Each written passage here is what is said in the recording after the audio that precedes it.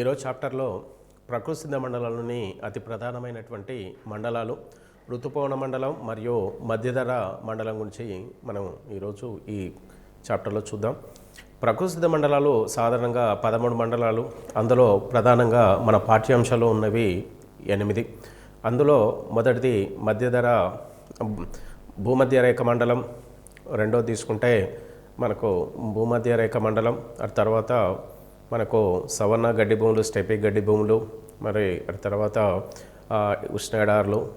ఈ చాప్టర్లు మనం ఇంతకుముందు క్లాస్లో చూడడం జరిగింది. ప్రస్తుతం ఋతుపవన మండలం, మధ్యధర మండలం గురించి చూద్దాం. ఋతుపవన మండలం తీసుకుంటే ఋతుపవన మండలంలోని భూమధ్య రేఖకి ఈ ఋతుపవన మండలము భూమధ్య రేఖకి ఇరువైపులా 10 డిగ్రీల నుంచి 30 డిగ్రీల ఉత్తర దక్షిణ అక్షాంశాల మధ్య విస్తరించి ఉన్న ప్రాంతమే ఋతుపవన మండలం. ఋతుపవన మండలం ఉత్తరార్ధగోళంలో, దక్షిణార్ధగోళంలో ఎక్కువ విస్తీర్ణంలో విస్తరించబడినటువంటి ఈ మండలము సాధారణంగా భారతదేశానికి అతి దగ్గరగా ఉన్నటువంటి మండలంగా చెప్పడం జరుగుతుంది. ఇది ప్రతి ఖండానికి తూర్పు తీరంలో ఉంటుంది. అంటే ప్రతి ఖండానికి దాదాపుగా 7 ఖండాలలో దీని యొక్క ఈ ఋతుపవన మండలం అనేది మనకు తూర్పు ప్రాంతంలో ఎక్కువగా దీని ప్రభావం అనేది ఉంటుంది. అయితే ఉష్ణమండల ఎడార్ల ప్రభావం అనేది ప్రతి ఖండానికి పశ్చిమ ప్రాంతంలో ఉంటే, ఉత్తర ప్రాంతంలో మనకు తూర్పు ప్రాంతంలో మన ఋతుపవన మండలం ఎక్కువగా ప్రభావం చూపిస్తుంది. ఇక జనరల్గా ఋతువు అనే ఈ తెలుగు పదం అనే ఈ ఋతువు అనే పదము మనకు అరబిక్ భాషలోని మౌసమ్ అనే పదం నుంచి తీసుకోవడం జరిగింది. మౌసమ్ అనే దానికి ఇంగ్లీష్లో మాన్సూన్. మాన్సూన్ అనేది మనకు జనరల్గా ఇంగ్లీష్ పదం. ఈ ఇంగ్లీష్ పదాన్ని మౌసమ్ అనే అరబిక్ భాష నుంచి మనకు తీసుకోవడం జరిగింది. ఈ మాన్సూన్కు తెలుగు పదము ఋతువు అని అంటారు. ఋతుపవన మండలం కింది ప్రాంతాల్లో మనకు సాధారణంగా ఋతుపవన మండలం ఇది 10 నుంచి 30 డిగ్రీల ఉత్తర దక్షిణార్ధగోళంలో ఏ ఖండాల్లో విస్తరించి ఉన్నాయనే విషయం తీసుకుంటే, ఇది దక్షిణ ఆగ్నేయ ఆసియా ఖండంలో, అంటే ఈ ఋతుపవన మండలము ఎక్కువ విస్తీర్ణము మనకు ఆసియా ఖండంలో ఉంది. ఆసియా ఖండానికి దక్షిణాన మరియు అదేవిధంగా మనకు ఆగ్నేయ దిశలో ఆగ్నేయ ఆసియా ఖండంలో కూడా ఇది ఎక్కువగా విస్తరించి ఉంది. ఇక దక్షిణాసియా ఖండంలో ప్రధానంగా తీసుకుంటే మనకు భారతదేశం, కొంత భాగం శ్రీలంక, అదేవిధంగా తీసుకుంటే పాకిస్తాన్, బంగ్లాదేశ్, మయన్మార్, ఇక మలేసియా, సింగపూర్, ఇండోనేషియా, ఫిలిప్పీన్ దేశాలు ఈ ఆసియా ఖండంలోని దక్షిణాసియా ఖండ, ఆగ్నేయాసియా ఖండంలో భాగాలు. ఆస్ట్రేలియా, ఇండోనేషియా ఉత్తర ఈశాన్య భాగాలు, న్యూ గినియా దేశం ఇది ఉత్తర దక్షిణార్ధగోళంలో ఉన్నటువంటి ఈ ఖండాల్లో ఉన్నాయి. ఇక ఉత్తరార్ధగోళంలో మనకు ఆసియా, దక్షిణార్ధగోళంలో ఆస్ట్రేలియా, ఇండోనేషియా, ఉత్తర ఈశాన్య భాగాలు, ఇండోనేషియాలోని ఉత్తర ఈశాన్య భాగాలు దీనిలోని భాగం. న్యూ గినియా మనకు ఈ ప్రాంతంలోని భాగం. ఇక ఋతుపవన మండలంలో మనకు సాధారణంగా ఉష్ణోగ్రతలు మనకు సరాసరి 29 నుంచి 32 డిగ్రీలుగా నమోదవుతాయి. వేసవి కాలము మనకు ఈ ఋతుపవన మండలంలో మనకు సాధారణంగా ఇది ఫిబ్రవరి, మార్చి, ఏప్రిల్, మే నెలలో ఎక్కువగా ఉష్ణోగ్రతలు అనేది నమోదవుతుంది. ఇది సరాసరి ఈ నెలల మధ్య ఉష్ణోగ్రత 29 డిగ్రీల నుంచి 32 డిగ్రీల సరాసరి ఉష్ణోగ్రత. అదేవిధంగా జనవరి నెలలో ఉష్ణోగ్రతలో ఈ ఋతుపవన మండలంలో 18 నుంచి 21 సెంటీగ్రేడ్ ఉష్ణోగ్రత సరాసరిగా ఉష్ణోగ్రత ఉంటుంది. అయితే మొత్తం ఓవరాల్గా తీసుకుంటే వేసవి కాలంలో కావచ్చు, చలికాలంలో కావచ్చు, మరియు వర్షాకాలంలో కావచ్చు, సరాసరి ఉష్ణోగ్రత 35 డిగ్రీలుగా ఈ ఋతుపవన మండలంలో నమోదవుతూ ఉంటుంది. సాధారణంగా ఈ ఉష్ణోగ్రతలు అనేవి ఎండాకాలము, వర్షాకాలం, చలికాలంలో మన భారతదేశంలో ఈ సరాసరి ఉష్ణోగ్రతలని సాధారణంగా మనం చూస్తూ ఉంటాం. అంటే ఈ ఋతుపవన మండలంలోని ఎక్కువ భాగము భారతదేశంతో ఉష్ణోగ్రతలే కావచ్చు, అడవులే కావచ్చు, మరియు వివిధ రకాల మనకు జనాభాలు కావచ్చు, వివిధ ఖనిజాలు కావచ్చు, ఎక్కువగా భారతదేశ ఉపఖండంతో ఎక్కువగా ఈ ఋతుపవన మండలము మనకు అనుకూలంగా ఉంటుంది. ఇక జూన్ నుంచి ఆగస్టు నెలలో మన భారతదేశంలో సరాసరి వర్షపాతం 60 సెంటీమీటర్లు నమోదవుతూ ఉంటుంది. అయితే జనరల్గా ప్రపంచంలో జూన్ నుంచి ఆగస్టు నెలలో 60% వర్షపాతం నమోదవుతుంది. అంటే మనకు సాధారణంగా ఋతుపవన మండలంలో మనకు ఎండాకాలము, వర్షాకాలము, చలికాలం అనేవి 3 కాలాలు ఉంటూ ఉంటాయి. అందులో జూన్ నుంచి సెప్టెంబర్ మధ్యన ఈ మండలంలో ఎక్కువగా వర్షపాతం అనేది నమోదవుతుంది. అయితే సరాసరి ఈ ఋతుపవన మండలంలో జూన్ నుంచి ఆగస్టు నెలలో 60% వర్షపాతం కురిసే అవకాశం ఉంది. ఇక జూన్ జూలై సగటు వర్షపాతం, జూన్ జూలైలో సగటు వర్షపాతం 277 సెంటీమీటర్లు. మొత్తం ఈ మండలంలో ఇంత వర్షపాతం సరాసరి కురిసే అవకాశం ఉంటుంది. ఇక డిసెంబర్ నెలలో సగటు వర్షపాతం అతి తక్కువగా, అంటే జూన్ జూలైలో అత్యధిక వర్షపాతం 277 సెంటీమీటర్లు అత్యధికం కురిస్తే, అతి తక్కువ వర్షపాతం డిసెంబర్ నెలలో 0.5 సెంటీమీటర్లుగా నమోదవుతుంది. అంటే దాదాపుగా మన వర్షపాతం అతి తక్కువగా నమోదవుతున్న నెలగా దీన్ని సూచిస్తారు. ప్రపంచంలో రెండవ అత్యధిక వర్షపాతం గల ప్రాంతం తీసుకుంటే మనకు మాసిన్ రామ్. ఇది ఇక్కడ 1141 సెంటీమీటర్ల వర్షపాతం ఇక్కడ నమోదవుతుంది. ప్రపంచంలో అత్యధిక వర్షపాతం కురిసే మొదటి ప్రాంతం హవాయి దీవుల్లో మనకు అమెరికాలో పసిఫిక్ మహాసముద్రం ఉంది. ప్రపంచంలో రెండవ అత్యధిక వర్షపాతం భారతదేశంలో మాసిన్ రామ్ 1141 సెంటీమీటర్ల వర్షపాతం నమోదవుతుంది. ఇది భారతదేశంలో మనకు ఎక్కువగా గారో కొండల వద్ద మేఘాలయ రాష్ట్రంలో ఈ మాసిన్ రామ్ అనే ప్రాంతము ఉంది. ఇక ప్రపంచంలో మూడవ అత్యధిక వర్షపాతం కురిసే ప్రాంతం కూడా భారతదేశంలోనే ఉంది. అది కూడా మేఘాలయ రాష్ట్రంలో చిరాపుంజి ప్రాంతం. ఇది కాశీ కొండల పాదాల వద్ద ఇది విస్తరించి ఉంది. ఇక్కడ చిరాపుంజిలో నమోదవుతున్న వర్షపాతం 1087 సెంటీమీటర్లు. ఈ చిరాపుంజి భారతదేశంలో రెండవ అత్యధిక వర్షపాతం కురిసే ప్రాంతం. మొదటిది మాసిన్ రాము ప్రాంతంలో భారతదేశంలో అత్యధిక వర్షపాతం కురిసే ప్రాంతాలు. ఈ రెండు ప్రపంచంలో రెండవ, మూడవ అత్యధిక వర్షపాత ప్రాంతాలు. మొదటిది మనకు హవాయి దీవులో పసిఫిక్ మహాసముద్రంలో ఉన్న దీవుల్లో అత్యధిక వర్షపాతం కురుస్తుంది. ఇది అమెరికా దేశానికి సంబంధించిన దీవులు. ఇక ఈశాన్య ఋతుపవనాల వలన వర్షం పడే ప్రాంతాలు తీసుకుంటే తైవాన్, వియత్నాంలోని అన్నా తీరం. ఇక ఋతుపవన మండలంలో ఆగ్నేయాసియా దేశంలో ఉన్నటువంటి తైవాన్, వియత్నాంలోని అన్నా తీరం, అంటే అన్నా తీరం అనే ప్రాంతంలో ఎక్కువగా వర్షపాతం కురుస్తుంది. అదేవిధంగా కోరమండల్ తీరంలో దక్షిణ కోస్తా ఆంధ్ర. అయితే భారతదేశంలో మనకు ఈశాన్య ఋతుపవనాల వలన, అంటే జనరల్గా ఈశాన్య ఋతుపవనాల వలన భారతదేశంలో వర్షం కురిసే ప్రాంతాలు తీసుకుంటే మనకు కోరమండల్ తీర ప్రాంతం, అంటే మనకు తమిళనాడు తీర ప్రాంతాన్ని కోరమండల్ తీర ప్రాంతం అంటారు. అదేవిధంగా దక్షిణ కోస్తా ప్రాంతంలోని నెల్లూరు, అంటే దక్షిణ కోస్తా అంటే నెల్లూరు జిల్లా తీర ప్రాంతాన్ని జనరల్గా సర్కార్ తీరంలో మనకు వర్షం ఈశాన్య ఋతుపవనాల ద్వారా కురుస్తూ ఉంటుంది. అయితే నైరుతి ఋతుపవనాల ద్వారా మనకు ఋతుపవన కాలంలో ఈశాన్య ఋతుపవనాలు, అంటే రెండు కాలాల్లో, రెండు ఋతువుల్లో కూడా భారతదేశంలో మనకు ఈ మండలంలో వర్షాలు అనేవి సహజంగా కురుస్తూ ఉంటాయి. ఈశాన్య ఋతుపవనాలు మనకు సహజంగా అక్టోబర్, నవంబర్ నెలలో ఈ ఋతుపవనాల ద్వారా భారతదేశంలో ఈ పైన చెప్పిన ప్రాంతాల్లో ఎక్కువగా వర్షం కురిసే ప్రాంతాలుగా చెప్పుకోవచ్చు. అదేవిధంగా ఇక్కడ ఋతుపవన మండలంలో అడవుల్లో తీసుకుంటే 200 సెంటీమీటర్ల కంటే ఎక్కువ వర్షపాతం పడే ప్రాంతాల్లో ఋతుపవన అరణ్యాలు పెరుగుతూ ఉంటాయి. అంటే ఈ ఋతుపవన మండలంలో మనకు కొన్ని ప్రాంతాల్లో అత్యధిక వర్షపాతం, మరికొన్ని ప్రాంతాల్లో మధ్యస్థం, అతి తక్కువ వర్షపాత ప్రాంతాలు కూడా ఉన్నాయి. అయితే మనకి మండలంలో అరణ్యాలు మనకు వర్షాధారంపై ఆధారపడి వివిధ రకాల అరణ్యాలను విభజించడం జరిగింది. ఇక 200 సెంటీమీటర్ల కంటే ఎక్కువ వర్షపాతం పడే భారతదేశంలోని కానీ ఇతర ప్రాంతాల్లో కానీ పడే ప్రాంతాల్లో పెరిగే అరణ్యాలని ఋతుపవన అరణ్యాలు లేదా సతత హరిత అరణ్యాల ద్వారా అనే పేర్లతోని పిలుస్తూ ఉంటారు. 100 నుంచి 200 సెంటీమీటర్ల వర్షపాతం ఉండే ప్రాంతాల్లో అయినటువంటి ఆ ప్రాంతాల్లో విశాలపత్ర ఆకురాల్చు అరణ్యాలు, అంటే జనరల్గా 100 నుంచి 200 సెంటీమీటర్ల వర్షపాతం సరాసరి కురిసే ప్రాంతాల్లో మనకు ఆకురాల్చు అరణ్యాలు మనకు ఎక్కువగా పెరుగుతూ ఉంటాయి. ఇక 100 సెంటీమీటర్ల కంటే తక్కువ కురిసే ప్రాంతాల్లో మనకు చిట్టడవులు ఎక్కువగా, పొద అరణ్యాలు అంటే ఎడారి వృక్షాలు ఇలాంటివి మనకు ఎక్కువగా పెరుగుతూ ఉంటాయి. ఇక నదీ డెల్టా సముద్ర తీర ప్రాంతాల్లో క్షారజల అరణ్యాలు. మరి ఏదైతే నదులు సముద్రంలో కలుస్తాయో ఆ ప్రాంతాలు మరియు డెల్టా ప్రాంతాలు, సముద్ర తీర ప్రాంతాలు, పశ్చిమ తీర ప్రాంతం, తూర్పు తీర ప్రాంతంలో మనకు ఎక్కువగా క్షారజల అరణ్యాలు, వీటిని మనకు మాడ అరణ్యాలు అని, మనకు సలైన్ ఫారెస్ట్ అని కూడా పిలుస్తూ ఉంటారు.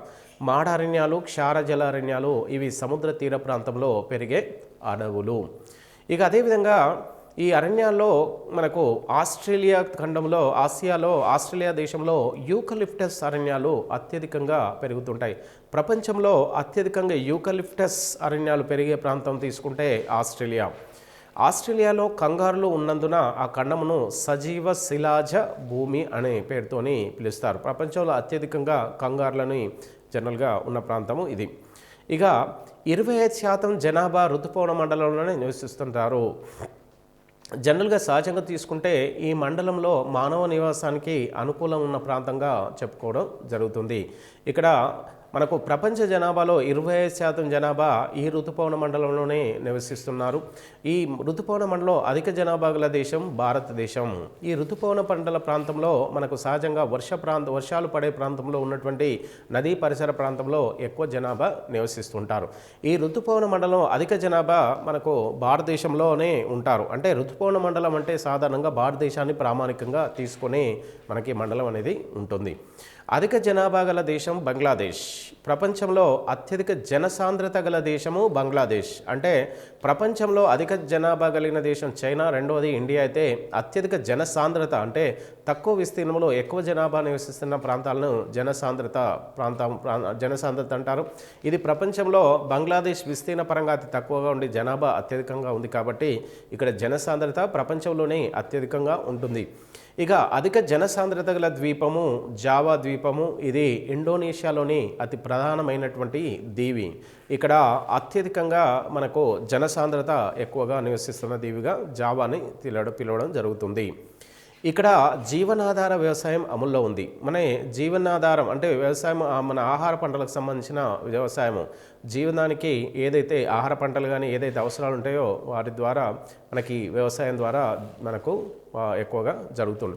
ప్రపంచంలో జనుము పంటకు ప్రసిద్ధి చెందిన దేశము బంగ్లాదేశ్, తర్వాత భారత్. ప్రపంచంలో జనుము అంటే జూట్, ఇది అత్యధికంగా జనుము పంట బంగ్లాదేశ్, భారత్లో పండిస్తున్నారు.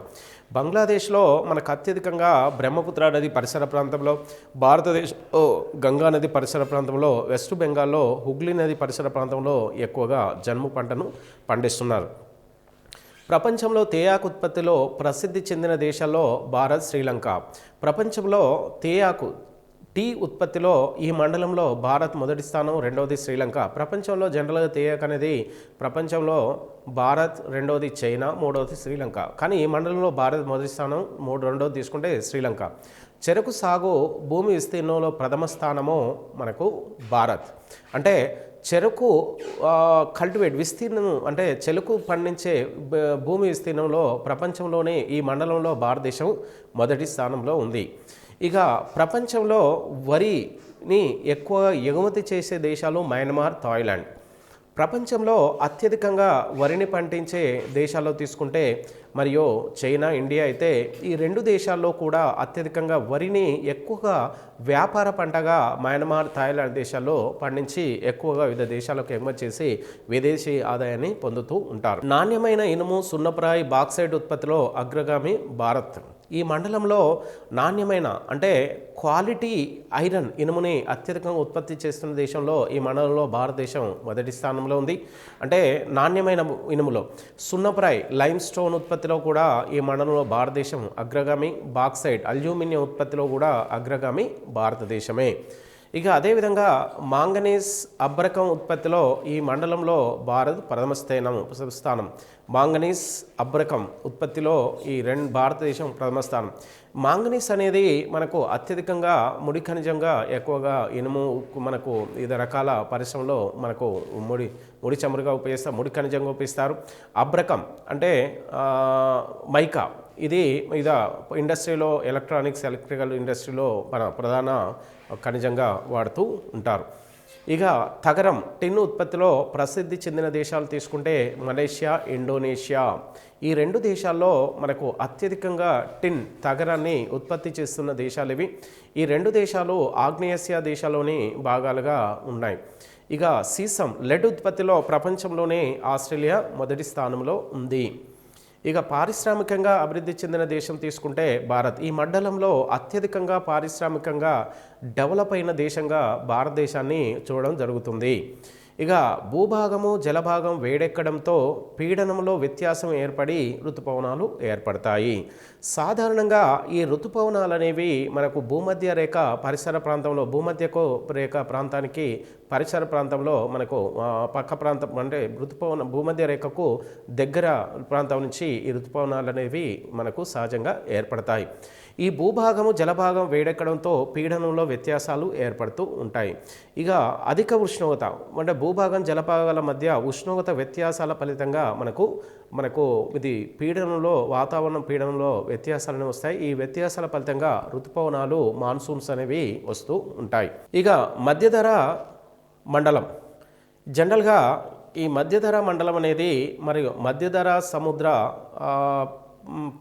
మధ్య సముద్రానికి పరిసర ప్రాంతంలో ఉన్నటువంటి వివిధ మనకు ఖండాల్లో ఈ వాతావరణం అనేది సహజంగా మనకు కనిపిస్తుంది. అయితే మధ్యధరా మండలము అంటే మధ్యధరా సముద్ర మన తీర ప్రాంతంలో ఉన్నటువంటి దేశాలలో ఈ మధ్యధర శీతోష్ణ స్థితి అనేది సాధారణంగా మనం చూస్తూ ఉంటాం.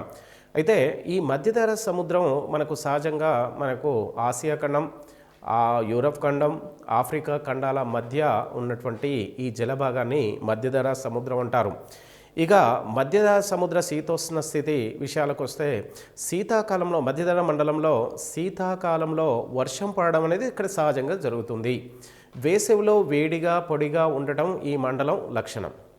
సహజంగా ఈ మధ్యధరా సముద్ర తీర ప్రాంతంలో ఉన్నటువంటి శీతోష్ణ స్థితిని మనకు సహజంగా ఈ మండలంలో శీతాకాలంలో వర్షం అనేది పడుతూ ఉంటుంది. సహజంగా మన దగ్గర మనకు వర్షాకాలంలో వర్షం పడుతుంది, కానీ శీతాకాలంలో మనకు ఋతుపవన మండలం వర్షం అనేది కురవదు. కానీ ఇక్కడ శీతాకాలంలో వర్షం పడడం అనేది సహజంగా జరుగుతుంది.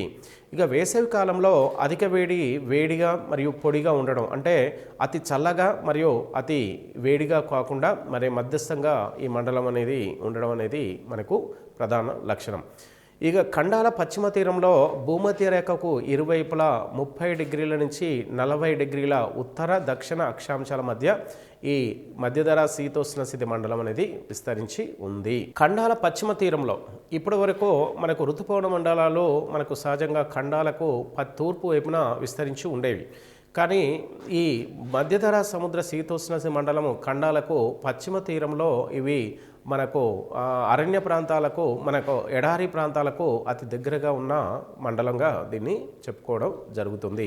ఖండాల పశ్చిమ తీరంలో ఉన్నటువంటి మధ్యధరా సముద్ర శీతోష్ణ స్థితికి మనకు భూమధ్య రేఖకు ఇరువైపులా అంటే ఉత్తరార్ధగోళంలో 30 డిగ్రీల నుంచి 40 డిగ్రీలు, అదేవిధంగా దక్షిణార్ధగోళంలో 30 డిగ్రీల నుంచి 40 డిగ్రీల ఉత్తర అక్షాంశాల మధ్య మనకు ఈ మండలం అనేది విస్తరించి ఉంది. వేసవి కాలంలో మనకు మధ్యధరా శీతోష్ణ స్థితి ప్రాంతంలో మండలంలో వేసవి ఉష్ణోగ్రతలు సాధారణంగా మన భారతదేశంతో పోల్చుకుంటే అతి తక్కువ ఉష్ణోగ్రతలు నమోదవుతాయి. ఇక్కడ అతి తక్కువగా 20 డిగ్రీల నుంచి 26 డిగ్రీల ఉష్ణోగ్రత మనకు సాధారణంగా నమోదవుతూ ఉంటుంది. శీతాకాలంలో ఇక్కడ అతి తక్కువ ఉష్ణోగ్రత అతి తక్కువగా పడిపోవడం అనేది సహజంగా జరుగుతుంది. భారతదేశంలో మనకు శీతాకాలంలో అతి తక్కువ ఉష్ణోగ్రత 15 డిగ్రీలకు తక్కువగా కూడా సరాసరి ఉష్ణోగ్రత ఉంటే, శీతాకాలంలో ఇక్కడ ఉష్ణోగ్రతలు 5 డిగ్రీల నుంచి 15 డిగ్రీల సెంటీగ్రేడ్ వరకు అతి తక్కువ ఉష్ణోగ్రత నమోదవుతూ ఉంటుంది. ఇక్కడ ఈ ఉష్ణోగ్రతల నమోదవడానికి మధ్యధరా శీతోష్ణ స్థితి మండలంలో ఉన్నటువంటి సముద్ర ప్రభావం కూడా ఇక్కడ అతి తక్కువ ఉష్ణోగ్రతలు నమోదు కావడానికి ప్రధాన కారణంగా ఉంటాయి. ఇక్కడ ఈ ప్రాంతంలో వర్షపాతం సరాసరి 25 సెంటీమీటర్ల నుంచి 76 సెంటీమీటర్లుగా అతి తక్కువ ఉష్ణోగ్రతనే అతి తక్కువ వర్షపాతమే నమోదవుతున్నట్టుగా మనకు తెలుస్తుంది. అంటే సాధారణంగా తక్కువ ఉష్ణోగ్రత ఈ ప్రాంతంలో మనకు ఎండాకాలము తక్కువ ఉష్ణోగ్రత నమోదవడం, వర్షపాతంలో అతి తక్కువ ఉన్నప్పటికీ ఈ ప్రాంతంలో మనకు అన్ని రంగాల్లో అభివృద్ధి చెందాయి. ఈ మండలంలో వీచే ఉష్ణ ప్రవణాలు అయితే ఈ మండలంలో సహజంగా మనకు కొన్ని ఉష్ణ పవనాలు, కొన్ని శీతల పవనాలు వీచే పవనాలు ఉన్నాయి. ఇక ఈ మండలంలో వీచే ఉష్ణ పవనాలు సిరోకు అనే ఉష్ణ పవనం, షాంటానా ఉష్ణ పవనాలు. ఈ రెండు ఉష్ణ పవనాల ఫలితంగా ఈ ప్రాంతంలో కొంత మనకు వర్షం కురిసే అవకాశం ఉంటాయి. ఈ మండలంలో వీచే మనకు శీతల పవనాలు. ఈ శీతల పవనాలు మిశ్రాలు బోరా వంటి శీతల పవనాలు ఇక్కడ వీస్తూ ఉంటాయి. ఈ సముద్ర తీర ప్రాంతం నుంచి, మధ్య సముద్ర తీర ప్రాంతం నుంచి ఈ ఉష్ణ శీతల ప్రవాహాలు అనేవి సహజంగా మన ఖండ తీర ప్రాంత భూభాగంలోకి మనకు వస్తూ ఉంటాయి. ఇక మధ్యధర సముద్ర మండలంలో అరణ్యాలు.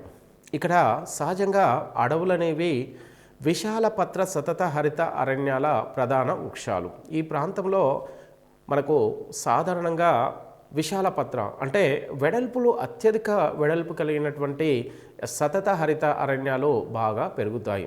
సతత హరిత అరణ్యాలు ఎవర్గ్రీన్ ఫారెస్ట్. ఇక్కడ మనకు సహజంగా ఈ అరణ్యాలు అత్యంత ఎత్తులో ఉండి, అత్యంత కాండము వెడల్పుగా ఉండి, అతి పెద్దగా ఉండి, కఠినంగా ఉండే ఈ వృక్షాలు మధ్యధర ప్రాంతంలో ఎక్కువగా పెరుగుతాయి.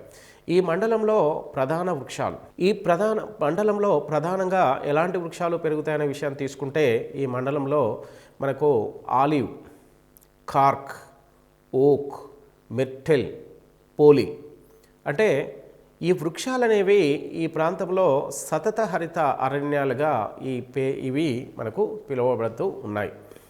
ఇక పర్వత సానువులలో అంటే పర్వత వాలు ప్రాంతంలో మనకు ఈ అంటే మధ్య సముద్ర తీర శీతోష్ణతి పర్వతాలు ఉన్నటువంటి సముద్ర తీర ప్రాంతంలో ఉన్నటువంటి వివిధ పర్వత సానువుల్లో శృంగాకారపు అరణ్యాలు అత్యధికంగా పెరుగుతూ ఉంటాయి. అంటే మనకు శృంగాకార అరణ్యాలు కోనిఫెరస్ ఫారెస్ట్ అంటాడు. ఇది అత్యంత మెత్తగా సాఫ్ట్గా ఉండే వుడ్ చెట్టు. అయితే ఈ పర్వత సౌండ్ ఉండే ఇవి శృంగాకారపు అరణ్యాలు మెత్తటి కలపని ఇస్తూ ఉంటాయి. ఆస్ట్రేలియా ఖండంలో పెరిగే ప్రధాన వృక్షాలు మనకు సాధారణంగా దక్షిణార్ధగోళంలో ఈ మండలంలో మనకు అత్యధికంగా ఉత్తరార్ధగోళంలో మధ్యధరా సముద్ర ప్రాంతంలో ఉన్నటువంటి ఈ ప్రాంతంలో మనకు ఉత్తరార్ధగోళంలో ఉన్నటువంటి మధ్యధరా సముద్ర తీర ప్రాంతంలో ఉన్నటువంటి దేశాలే కాకుండా అదే కాకుండా దక్షిణార్ధగోళంలో ఎక్కువగా ఇది మనకు ఆస్ట్రేలియా, మనకు ఇండోనేషియా ప్రాంతంలో ఈ మండలం ఉంది. ఆస్ట్రేలియా ఖండంలో మనకు పెరిగే ప్రధాన వృక్షాలు జారా, కర్రీ వంటి ప్రధాన వృక్షాలు. ఇవి వ్యాపారాత్మకంగా అత్యంత విలువైన పారిశ్రామికంగా అత్యంత విలువైనటువంటి వృక్షాలు జారా, కర్రీ. ఈ మండలంలో విస్తృత వ్యవసాయం. ఈ మండలంలో మనకు సాధారణంగా ఆధునిక వ్యవసాయం అనేది ఎక్కువగా జరుగుతూ ఉంటుంది. విస్తృతంగా ఇక్కడ మనకు మిషన్ మీద అంటే యంత్ర పరికరాల ద్వారా ఈ ప్రాంతంలో ఆధునిక వ్యవసాయం అనేది మనకు అమల్లో కలదు. అంటే ఆధునిక వ్యవసాయం అనగా మనకు జనరల్గా సాధారణంగా వివిధ చేత్తో చేసే కాకుండా యంత్ర పరికరాలు ప్రతి వ్యవసాయ పని కార్యక్రమాలు కూడా ఇక్కడ యంత్ర పరికరాల దానిని మనకు సాధారణంగా వ్యవసాయం అనేది మనకు చేస్తూ ఉంటారు. ఈ వ్యవసాయం ద్వారా వివిధ పంటలు అనేవి సహజంగా పండిస్తారు. ఇక ఈ మండలంలో మనకు సాధారణంగా ఏ పంటలు పండిస్తారనే విషయం తీసుకుంటే మనకు ఆలివ్, నారింజ, ద్రాక్షల సమ్మేళనం ఎక్కువగా ఈ రంగంలో ఈ వ్యవసాయ రంగం ఇక్కడ అత్యధికంగా మనకు ఎలాంటి వ్యవసాయ రంగంలో ఉన్నటువంటి ప్రధాన లక్షణం ఆలివ్, నారింజ, ద్రాక్షల సమ్మేళనం. ఇవి 3 రకాలైనటువంటి పంటల్ని అత్యధికంగా ఈ ప్రాంతంలో ఒకదాన్నొకటి మనకు ఒక బెల్ట్ లాగా వీటిని పండించడం అనేది సహజంగా జరుగుతుంది. ఆలివ్ ఎక్కువ, నారింజ, ద్రాక్ష అత్యధికంగా ఈ మండలంలోనే సహజంగా పండిస్తారు. పండ్ల తోటలకు ప్రసిద్ధి. ఇక్కడ అత్యధికంగా పండ్ల తోటలకు ప్రసిద్ధి చెందిన ప్రాంతం కేప్ టౌన్. ఇది ఆస్ట్రేలియా ఖండంలో అత్యధికంగా ఇక్కడ పంటల్ని బాగా పండిస్తూ ఉంటారు. ఇక నారింజ పండ్ల ఎగుమతికి ప్రసిద్ధిగాంచిన ప్రాంతం. ప్రపంచంలో అత్యధికంగా నారింజ పండ్లను అత్యధికంగా పండిస్తున్న ప్రాంతం అంటే ఇక ఈ మధ్యధరా శీతోష్ణతి ప్రాంతము ఉత్తర అమెరికాలోని కాలిఫోర్నియా రాష్ట్రంలో కూడా మనకు ఇది కొంత మధ్యధరా సముద్ర ప్రాంతంలో ఉన్నటువంటి ప్రాంతం. ఇక్కడ ఉత్తర అమెరికా ఖండంలోని అమెరికా ఖండమైన మన రాష్ట్రమైన కాలిఫోర్నియాలో మనకు ఈ మధ్యధరా శీతోష్ణ ప్రాంతంలోని ఒక రాష్ట్రం. ఇది కాలిఫోర్నియాలో అత్యధికంగా నారింజ పండ్లను ఎక్కువగా పండిస్తూ ఎగుమతి కూడా ఎక్కువగా చేస్తూ ఉంటారు. చిలీ దేశంలో విశాల వ్యవసాయ క్షేత్రాలు మనకు ఇక్కడ దర్శనమిస్తాయి. అయితే దక్షిణ అమెరికా ఖండంలో మనకు ఇవి చిలీ దేశంలో మనకు సహజంగా ఈ ఋతుపవన మండలం ఉంది. ఈ చిలీ దేశంలో ఈ విశాల వ్యవసాయ క్షేత్రాలను మనకు ఈ ప్రాంతంలో పండించినటువంటి ఈ వ్యవసాయ ప్రాంతాలని హసియోండాలు అనే పేరుతోని పిలుస్తూ ఉంటారు. ప్రధానంగా ఈ మండలంలో మత్స్య సంపద అనేది సహజంగా లభిస్తూ ఉంటుంది. అంటే ఇక్కడ మధ్యధరా సముద్ర తీర ప్రాంతంలో ఉన్నటువంటి వివిధ దేశాలైనటువంటి మనకు ఈ 3 ఖండాల్లో ఉన్న ఈ దేశాలలో యూరప్, ఆసియా, ఆఫ్రికా ఖండాల్లో ఈ తీర ప్రాంతం ఈ మధ్యధరా సముద్ర తీరం అనేది ఉంది. ఈ మధ్యధరా సముద్ర తీర ప్రాంతంలో మనకు ఎక్కువగా లభిస్తున్న ప్రధాన సహజ వనరు మనకు సహజంగా లభిస్తున్నటువంటి మనకు ఆహారం మత్స్య సంపద. ఈ మత్స్య సంపదలో ఇక్కడ ప్రపంచంలో అత్యంత ప్రసిద్ధి చెందినటువంటి మత్స్య సంపద సార్టైన్, ట్యూగా అనే 2 రకాలైనటువంటి మనకు చేపలు, 2 అత్యంత విలువైనటువంటి ఈ చేపలు ఈ ప్రాంతంలో లభిస్తుంటాయి. స్మార్టైన్ చేపల రాజధాని మటేరే కాలిఫోర్నియాలో ఉంది. అంటే మనకు జనరల్గా ప్రపంచంలో అత్యధికంగా ఈ రకాల మత్స్య సంపద అనేది మనకు కాలిఫోర్నియా అమెరికాలో అత్యధికంగా స్మార్టైన్ చేపల రాజధాని అనే పేరుతోని పిలుస్తారు. అంటే స్మార్టైన్ వంటి చేపలను అత్యధికంగా మనకు లభిస్తున్న ప్రాంతం కాలిఫోర్నియాలో మనకు అత్యధికంగా పసిఫిక్ సముద్ర ఖండ అంచు తీరంలో ఎక్కువగా ఈ స్మార్టైన్ చేపలు ఎక్కువగా లభిస్తుంటాయి. కాబట్టి మనకు ఈ స్మార్టైన్ చేపలు మటేరే అనే ప్రాంతాన్నిలో అత్యధికంగా లభించడం వల్ల ఆ ప్రాంతాన్ని స్మార్టైన్ చేపల రాజధానిగా సహజంగా పిలుస్తూ ఉన్నారు. పాదరసము, ఖరార పాలరాయి విగ్రహాల తయారీకి వాడతారు. ఇక జనరల్గా చూడండి, ఇక్కడ పాదరసము అత్యధికంగా మధ్యధరా శీతోష్ణ మండలంలో అత్యధికంగా మెర్క్యూరీ పాదరసం అనేది దొరుకుతూ ఉంటుంది. అత్యంత విలువైనటువంటి పాదరసము ఈ మండలంలోనే ఎక్కువగా లభిస్తుంది. ఖరార పాలరాయి విగ్రహాల తయారీకి ఉపయోగిస్తారు. ఇక పాలరాయిలో ఎన్నో రకాలు ఉంటాయి. అన్ని రకాల పాలరాయిలో మనకు విగ్రహాల తయారీకి అతి ప్రధానమైనటువంటి పాలరాయి ఖరార పాలరాయి. ఇది ఇటలీ దేశంలో ఉన్నటువంటి మనకు అతి ప్రధానమైనటువంటి మనకు ఈ ఖనిజం ఖరార పాలరాయి. ఇక బాక్సైట్, ప్రపంచంలో అత్యధికంగా బాక్సైట్ను ఉత్పత్తి చేస్తున్న దేశంగా మనకు ఫ్రాన్స్ని చూడవచ్చు. ఇక్కడ ఫ్రాన్స్ దేశంలో మనకు అత్యధికంగా అల్యూమినియం ఖనిజాన్ని లభిస్తుంది. అంటే బాక్సైట్ ఖనిజం నుంచి మనకు అల్యూమినియం అనేది వెలికి తీయడం జరుగుతూ ఉంటుంది. బాక్సైట్ అనేది అల్యూమినియం ఖనిజం యొక్క అల్యూమినియం యొక్క మనకు ధాతువు అని పిలుస్తూ ఉంటారు.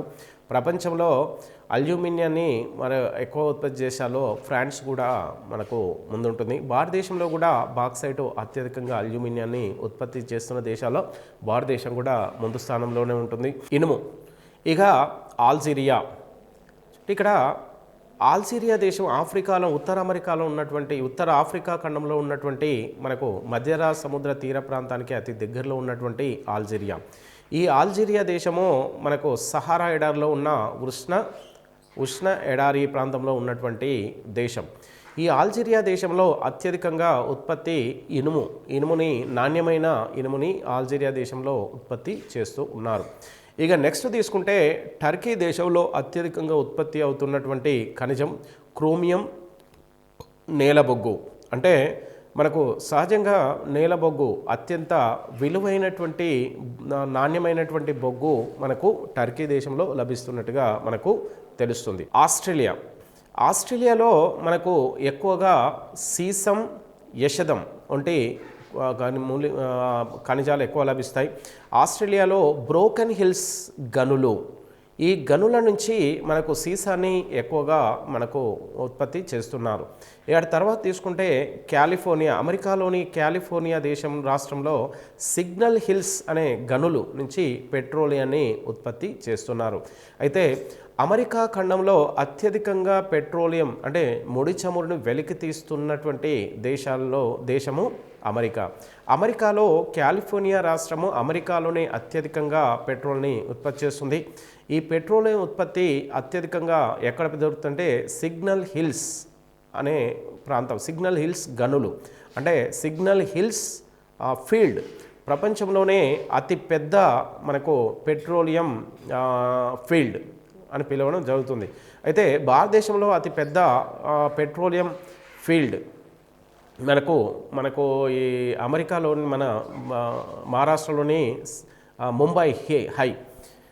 ప్రపంచంలో అతిపెద్ద పెట్రోలియం గనులు కలిగిన ప్రాంతం సిగ్నల్ హిల్స్. ఇక సుగంధ పరిమళ ద్రవ్య పరిశ్రమ, ప్రపంచంలో సుగంధ ద్రవ్య పరిశ్రమ అత్యధికంగా ఫ్రాన్స్ దేశంలోని ఉంది. ఫ్రాన్స్ దేశంలోని గ్రాసే. ఇక గ్రాసే, ఫ్రాన్స్లో ఉన్నటువంటి గ్రాసే అనే ప్రాంతంలో మనకు ఎక్కువగా సుగంధ ద్రవ్యాలను ఉత్పత్తి చేసే పరిశ్రమలు గ్రాసే, ఫ్రాన్స్లోని గ్రాసేలో ఉంది. ఇక ద్రాక్ష సారాయి పరిశ్రమ అంటే గ్రేప్ వైన్ ఎక్కువగా మనకు షాంపెయిన్, బర్గండీ ప్రాంతంలో ఎక్కువగా ఉత్పత్తి చేస్తున్నారు. ఇక ప్రపంచ ప్రసిద్ధి చెందిన హాలీవుడ్ సినిమా నిర్మాణ పరిశ్రమ లాస్ ఏంజెల్, అమెరికాలోని మనకు లాస్ ఏంజెల్ మనకు ఈ కాలిఫోర్నియా రాష్ట్రంలో ఉంది. ఇది ప్రపంచ ప్రసిద్ధి చెందిన మన ఇంగ్లీష్ పిక్చర్లు తీస్తూ ఉంటారు ఇక్కడ. ఇక ప్లే గ్రౌండ్ ఆఫ్ యూరప్ అంటే యూరప్ క్రీడా స్థలం అని స్విట్జర్లాండ్, ఇటలీ, యుగోస్లేవియా, కాలిఫోర్నియాలను పిలుస్తూ ఉంటారు. ఇక యుగోస్లేవియాలో డాల్మేషియా, క్రిమియా ప్రాంతాల్లో మనకు ఎక్కువగా ఆట స్థలంగా దీన్ని యుగోస్లేవియాని పిలుస్తారు. కాలిఫోర్నియా, యుగోస్లేవియా క్రిమియా క్రీడా స్థలం అనే పేరుతోని పిలుస్తూ ఉంటారు. ప్లే గ్రౌండ్ ఆఫ్ అమెరికా, కాలిఫోర్నియాని జనరల్గా ప్లే గ్రౌండ్ ఆఫ్ అమెరికా అనే పేరుతోని జనరల్గా పిలుస్తుంటారు. కెసినోలు అనగా సముద్రంలో తేలియాడే జూద గృహాలు. అంటే ఈ జూద గృహాలు అనేవి మనకు సాధారణంగా జూదం అంటే వివిధ రకాలైనటువంటి ఆటలు, అంటే ఇక పేకాట్ మనకు అలాంటివి అనుకోండి, ఎన్నో రకాల జూదాలు మనకు హార్స్ కానీ పేకా మనకు ఎన్నో రకాల మనకు మానవునికి అనుకూలంగా అంటే మానవుని అత్యధికంగా ఇష్టపడేటువంటి మనకు అంటే లొంగిపోయే విషయాలకు సంబంధించినటువంటి గృహాలు అంటారు, అంటే కెసినోలు. అంటే సముద్రంలో తేలియాడే జూద గృహాలు. అంటే ఈ గృహాల్లో మనిషికి అవసరమైనటువంటి ఎన్నో రకాల మనకు మనిషికి అనుకూలంగా లేని ఎన్నో రకాల ఆటల్ని ఆడడానికి ఈ కెసినోల్లో ఉపయోగిస్తూ ఉంటారు. ఇవి సముద్రంలో తేలియాడే గృహాలు. అంటే జనరల్గా ఇవి భూ ఉపరితలంలో కాకుండా ఎక్కువగా సముద్రంలోనే ఈ గృహాలని ఉంటాయి. ఇవి కెసినోలు అత్యధికంగా ప్రపంచంలో ఉన్న దేశం తీసుకుంటే మొనాకో. ఇది మొనాకో ఈ ప్రాంతం ఫ్రాన్స్కి దక్షిణ తీరంలో గల చిన్న దేశం. ఫ్రాన్స్ దేశానికి దక్షిణాన ఉన్న ఒక చిన్న దేశమైనటువంటి మొనాకో మనకు మధ్య సముద్ర ప్రాంతానికి దగ్గరగా ఉంది. ఈ ప్రాంతంలో ప్రపంచంలోనే అత్యధికంగా మనకు జూద గృహాలు ఉన్నటువంటి సముద్రంలో తేలియాడే జూద గృహాలు ఉన్నటువంటి ప్రాంతం. ఇక ఈ మధ్యధరా మండలంలో ప్రాచీన నగరాలు, ప్రపంచంలోనే అత్యంత ప్రాచీన నగరాలు ఏ మండలంలో ఉన్నాయని తెలుసుకుంటే ఎథెన్స్, రోమ్, నెపిల్స్, ఇస్తాంబుల్. ఇక జనరల్గా రోమ్ అనేది ప్రపంచ ప్రసిద్ధి చెందినటువంటి మనకు ప్రాచీన నగరం. ఎథెన్స్ కూడా ప్రపంచ ప్రసిద్ధి. నెపిల్స్, ఇస్తాంబుల్ టర్కీ ప్రాంతంలో మనకు జనరల్గా ఈ పట్టణాల్లో మనకు అతి పురాతనమైనవి. ప్రాచీన నాగరికత, ప్రాచీన చరిత్ర మనకు ఎక్కువగా ప్రాచీన నాగరికతకు సంబంధించినటువంటి వివిధ అంశాలు ఈ ప్రాంతాలు ఈ నగరాల్లో మనకు సహజంగా ఉంటాయి.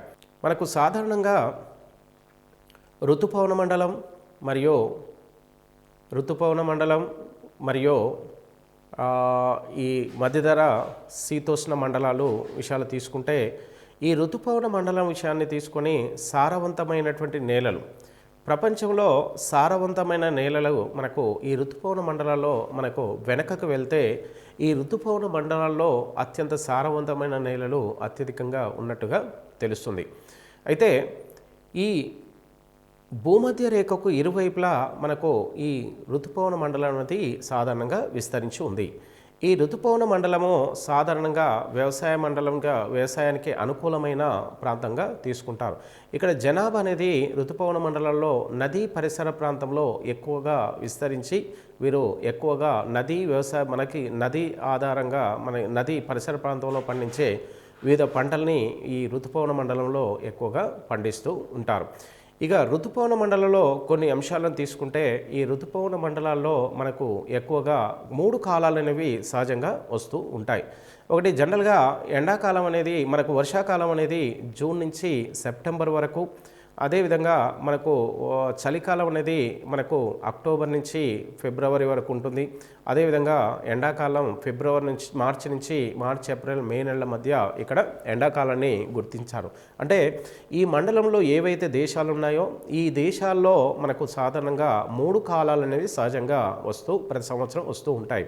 అయితే ఈ 3 కాలాలకు వ్యతిరేకంగా మనకు భూమధ్య రేఖ మండలానికి ఉత్తర దక్షిణార్ధగోళంలో 10 డిగ్రీల ఉత్తరార్ధగోళం దక్షిణార్ధగోళాల మధ్యన మనకు ఎక్కువ సూర్యకిరణాలు లంబంగా ప్రసరించడం వలన ఇక్కడ ప్రతిరోజు 3 కాలాలు అనేవి సహజంగా రావడం జరుగుతుంది. ఇది భూమధ్య రేఖకి 10 ఉత్తరార్ధగోళం దక్షిణార్ధగోళంలో 10 డిగ్రీల వద్ద.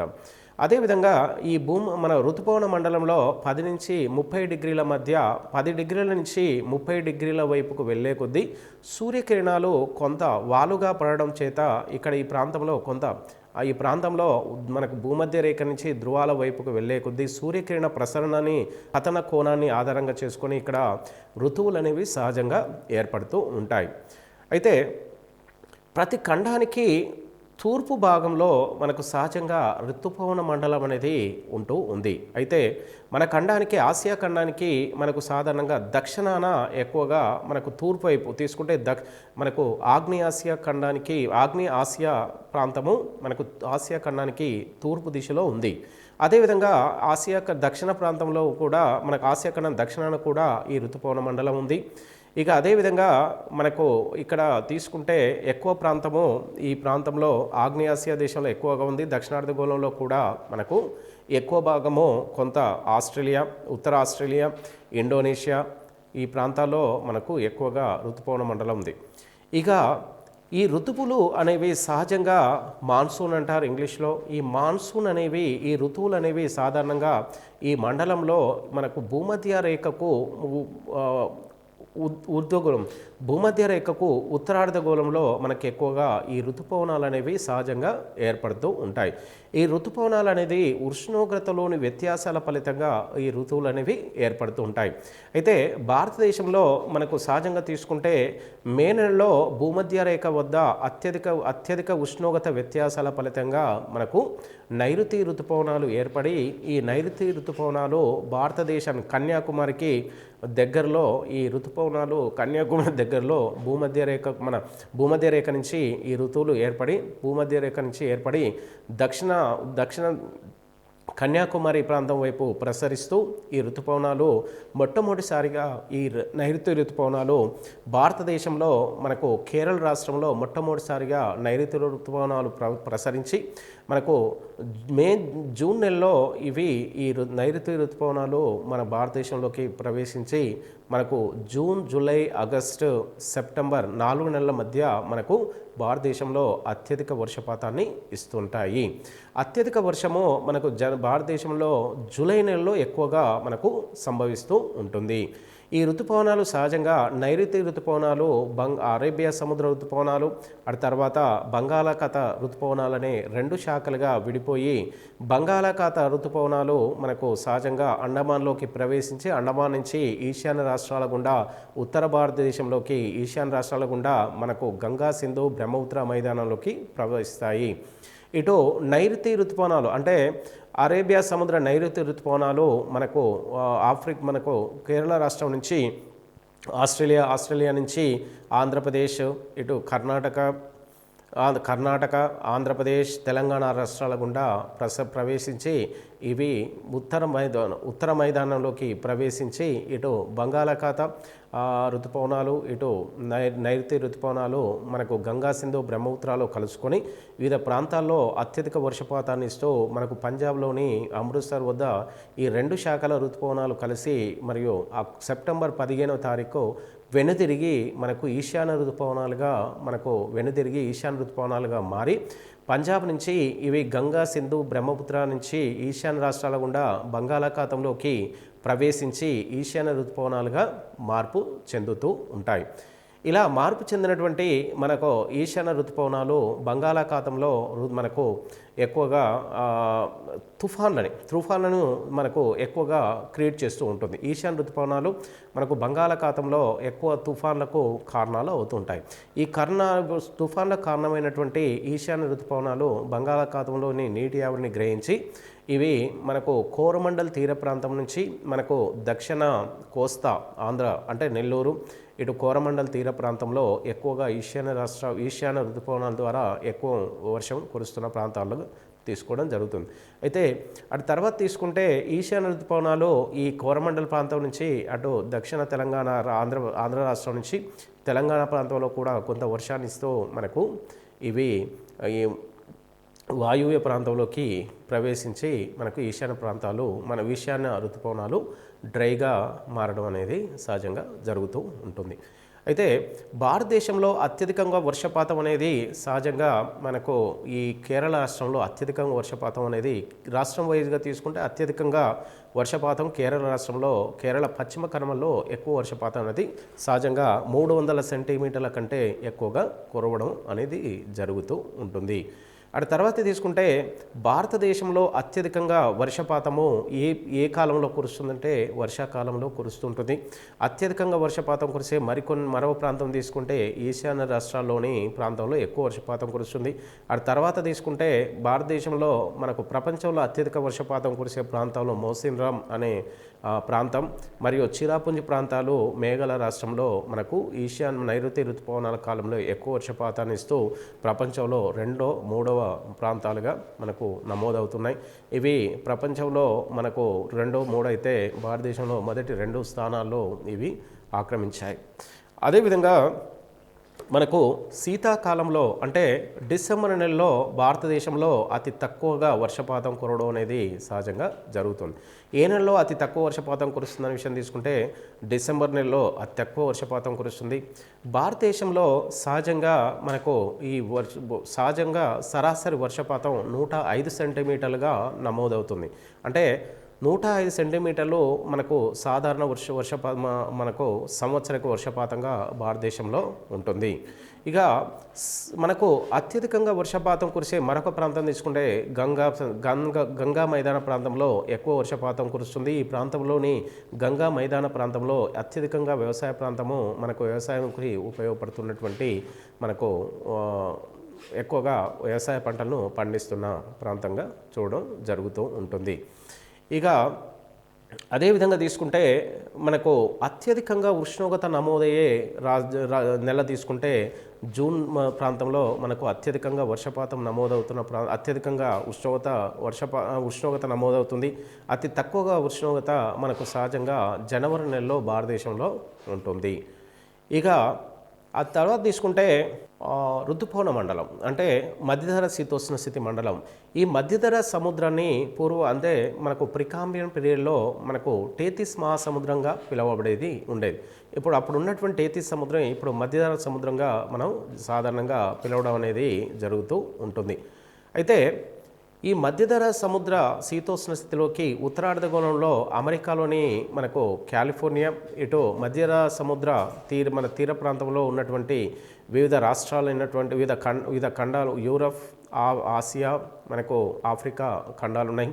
ఈ ఖండాల్లోని మనకు మధ్యధరా సముద్రంతోని మనకు తీరాన్ని కలిగిన వివిధ దేశాల్లో మనకు ఈ మండలం అనేది విస్తరించి ఉంది. అయితే ఈ దక్షిణార్ధగోళంలో మనకు ఈ మండలము ఎక్కువగా ఆస్ట్రేలియా దేశంలో కూడా మనకు కొంత భాగం విస్తరించి ఉంది. ఇక ఈ మండలంలో మనకు సహజంగా ప్రపంచంలోనే అత్యంత ఆహ్లాదకరమైనటువంటి శీతోష్ణ మండలం ఏదని తీసుకుంటే మధ్య సముద్ర శీతోష్ణ స్థితి మండలాన్ని అత్యంత ఆహ్లాదకరమైనటువంటి ప్రాంతంగా చెప్పుకోవడం జరుగుతూ ఉంటుంది. ఈ ప్రాంతంలో అన్ని కాలాల్లో కూడా మనకు అత్యంత ప్రశాంతమైనటువంటి వాతావరణం, అటు ఎక్కువ ఉష్ణోగ్రత కాకుండా ఇటు సరాసరి తక్కువ ఉష్ణోగ్రత కాకుండా ఇక్కడ ఉష్ణోగ్రతలు నమోదవుతూ ఉంటాయి. ఈ ప్రాంతంలో మనకు ఎక్కువగా వివిధ రకాల పంటను పండించడానికి అనుకూలమైన ప్రాంతాలుగా మధ్య శీతోష్ణ ప్రాంతంలోని దేశాలు పిలుస్తూ ఉంటారు. వివిధ ప్రాంతాల్లో అత్యధికంగా గ్రేప్ వైన్ నుంచి ఈ ప్రాంతాల్లోని వివిధ దేశాల్లో గ్రేప్ వైన్ నుంచి వైన్స్ తీస్తూ ఈ ప్రాంతంలో ఎక్కువగా వివిధ రకాల డ్రింక్స్లను కూడా తయారు చేసే ప్రాంతాలుగా వీటికి పేరు ఉంది. ఇక ఈ ప్రాంతాల్లో మనకు సరాసరి మనకు ఫ్రాన్స్, ఇటలీ, ఇటు దక్షిణానికి మనకు ఆల్జీరియా, ఇటు జోర్డాన్, జోర్డాన్ వంటి దేశాలు ఈ సముద్ర తీర ప్రాంతంతో మనకు తీరాన్ని కలిగి ఉన్నాయి.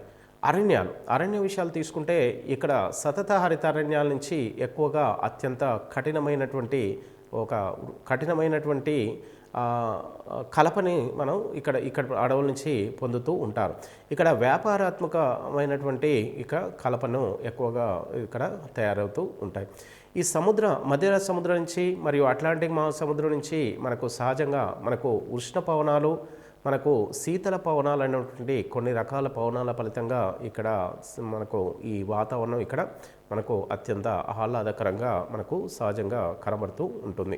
ఇక్కడ జనాభా విషయంలో తీసుకుంటే ఇక్కడ జనాభా మనకు సహజంగా టూరిజానికి సంబంధించినటువంటి జనాభా కూడా ఎక్కువగా రావడం పోవడం అనేది టూరిజం ద్వారా ఎక్కువగా ఆదాయం పొందుతున్న మండలంగా కూడా మనకు ఈ ప్రాంతాన్ని మనకు చెప్పడం అనేది జరుగుతూ ఉంటుంది. ఇక ఈ ప్రాంతాల్లో మనకు అత్యధికంగా మనకు వ్యవసాయ పంటలు తీసుకుంటే అన్ని రకాల ఆహార పంటల్ని, అన్ని రకాల వ్యాపారాత్మక పంటల్ని కూడా మనకు సహజంగా ఇక్కడ పండిస్తుంటారు. ఇక ఇక్కడ వేసవిలో శీతాకాలంలో అతి తక్కువ ఉష్ణోగ్రత 5 నుంచి 15 డిగ్రీలే నమోదవుతూ ఉంటుంది. కాబట్టి మనకు ఈ ఉష్ణోగ్రత ప్రాంతంలో మనకు ఎక్కువగా అనుకూలంగా ప్రశాంతతకు అనుకూలమైన ప్రాంతంగా పిలుస్తూ ఉంటారు. ఇక వ్యాపారాత్మకమైనటువంటి వివిధ వృక్షాలైన ఆలివ్, కార్క్, ఓక్ వంటి వృక్షాలు కూడా ఇక్కడ ప్రధానంగా వ్యాపారానికి అనుకూలంగా ఉన్నాయి. వ్యాపారం చేసుకోవడానికి ఈ వృక్షాలు అనుకూలంగా ఉన్నాయి. ఇక ఎక్కువగా ప్రపంచంలో శృంగాకార అరణ్యాలు అత్యధికంగా పెరుగుతున్న మండలంలో ఈ ప్రాంతం కూడా ఉంటుంది. ఇక్కడ శృంగాకార అరణ్యాల నుంచి మెత్తటి కలప అనేది రావడం జరుగుతుంది. ఈ కలపని ఉపయోగించి మనకు జనరల్గా మనకు ఫ్లఫ్వుడ్ అంటే కర్రగుజ్జుని ఈ శృంగాకార అరణ్యాల వృక్షాల నుంచి ఫ్లఫ్వుడ్ కర్రగుజ్జుని తయారు చేయడానికి ఈ శృంగాకార అరణ్యాలు అనుకూలంగా ఉన్నాయి. ఇక్కడ ఉన్నటువంటి శృంగాకార అరణ్యాల కలప నుంచి మనకు ఈ కర్రగుజ్జు నుంచి మనకు న్యూస్ పేపర్ తయారీకి మనకు ప్రధాన ముడి ఖనిజం ఏంటంటే శృంగాకార అరణ్యాలు. ఇక ఇక్కడ సాధారణంగా మనకు యంత్ర పరికరాల ద్వారా ఎక్కువగా వ్యవసాయం అనేది ఎక్కువగా జరుగుతూ ఉంటుంది. ఇక వ్యవసాయ రంగం ఇక్కడ ఆలివ్, నారింజ, ద్రాక్షల వంటి వివిధ రకాల వృక్షాల యొక్క సమ్మేళనమే ఇక్కడ వ్యవసాయ రంగ ప్రధాన లక్ష్యం. ఇక పండ్ల తోటలు ప్రసిద్ధి చెందినటువంటి ప్రాంతంగా మనకు సహజంగా కేప్ టౌన్, ఆస్ట్రేలియా ఉన్న కేప్ టౌన్ని మనకు పంటలకు ఐక్యంగా ఉంటాయి. ఇక అమెరికా రాష్ట్రంలోని కాలిఫోర్నియాలో అత్యధికంగా నారింజ పండ్ల ఉత్పత్తి జరుగుతూ ఉంటుంది. అదేవిధంగా ఈ దేశంలో ఎక్కువగా ఉత్పత్తి చేస్తూ ఎగుమతి కూడా జరుగుతూ ఉంటుంది. ఇక ఈ ప్రాంతంలో ఎక్కువగా కాలిఫోర్నియాలో ఉన్నటువంటి అమెరికా పసిఫిక్ మహాసముద్రంలో ఎక్కువగా మత్స్య సంపద కూడా ఎక్కువ ఉంటుంది. కాబట్టి సర్టెన్ ట్యూగా చేపలు అత్యంత ప్రధానమైనవి. ఇక్కడ ప్రాంతాల్లోని ఫ్రాన్స్, ఇటలీలో అని ఇటు తీసుకుంటే టర్కీ దేశాల్లో కానీ ఈ ప్రాంతాల్లో మనకు వివిధ రకాల ఖనిజాలు కూడా అత్యధికంగా లభిస్తాయి. ఇవి సాధారణంగా చూసుకుంటే సరిపోతాయి. ఇక్కడ శ్రీశైలం ఎస్సెదం ఆస్ట్రేలియాలో అత్యధికంగా ఉంటుంది. ఇక్కడ ప్రపంచంలోనే అతి పెట్రోలియం గనుల ప్రాంతం సిగ్నల్ హిల్స్, ప్రపంచంలో అతిపెద్ద సిగ్నల్ హిల్స్ ఇది. ఇక సుగంధ ద్రవ్యాల పరిశ్రమలో అత్యధికంగా ఉన్నది ఫ్రాన్స్లోని గ్రాసీ అనే ప్రాంతం. ఇక్కడ ద్రాక్ష సారాయి ప్రపంచ ప్రసిద్ధి చెందిన మనకు వైన్.